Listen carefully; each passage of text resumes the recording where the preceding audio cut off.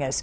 Well, an honor rarely given was awarded to a flight paramedic at Fort Rucker this afternoon. Travis Adams selflessly saved the lives of two teenagers back in October of 2020. It was at the site of a two-car crash in Enterprise that Travis Adams, soaked in gasoline and acting on instinct, pulled these two girls from the crash. As WDHN's Cody Giles reports, the United States Army decided to honor this deed with the highest award possible.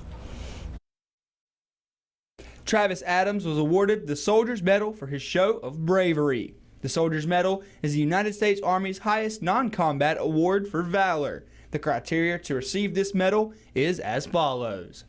The performance must have involved personal hazard or danger and the voluntary risk of life under conditions not involving conflict with an armed enemy. Awards will not be made solely on the basis of having saved a life. And receiving this medal is a rare occurrence. That's a very unique thing. It doesn't happen very often in our Army, and it's really done for those who put themselves in harm's way to save somebody else. And that's exactly what Staff Sergeant Adams did.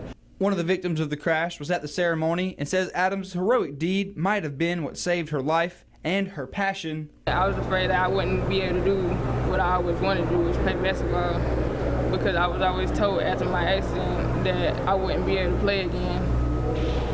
But I beat that, and now I'll start freshman for college at Enterprise State Community College. And even though Adams is being given an award many people will never see, he remains humble in his acceptance. I never expected it to happen. I would have never, under any circumstance, thought that what I did would even get from my commander to somebody else, honestly.